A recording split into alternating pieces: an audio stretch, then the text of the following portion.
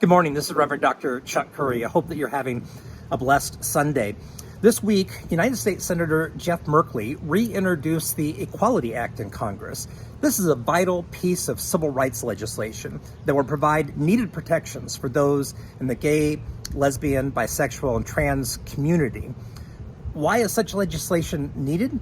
In states across the country, there are right-wing judges and right-wing politicians who are trying to push anti-civil rights laws that make it easier to discriminate against people based on their sexual orientation.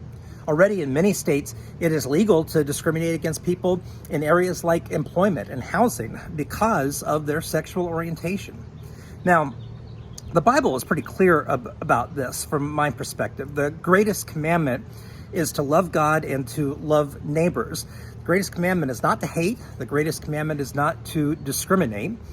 And we need to have these protections in place because it's just really about basic human rights. And for Christians, all of our theology, all of our thinking ought to flow from a perspective of how we love those around us.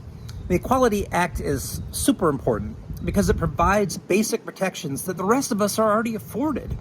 No one should be discriminated against based on their sexual orientation.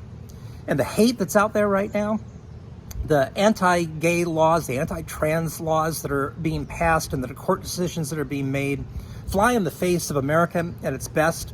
And it's particularly disturbing for someone like me, a minister in the United Church of Christ, ordained to preach and teach the gospel of Jesus Christ, that people use the teachings of Jesus to discriminate and hate. We've seen that for a long time in our country. It's nothing new. But for those of us who are people of faith, concerned about the common good, concerned about justice, we need to speak out.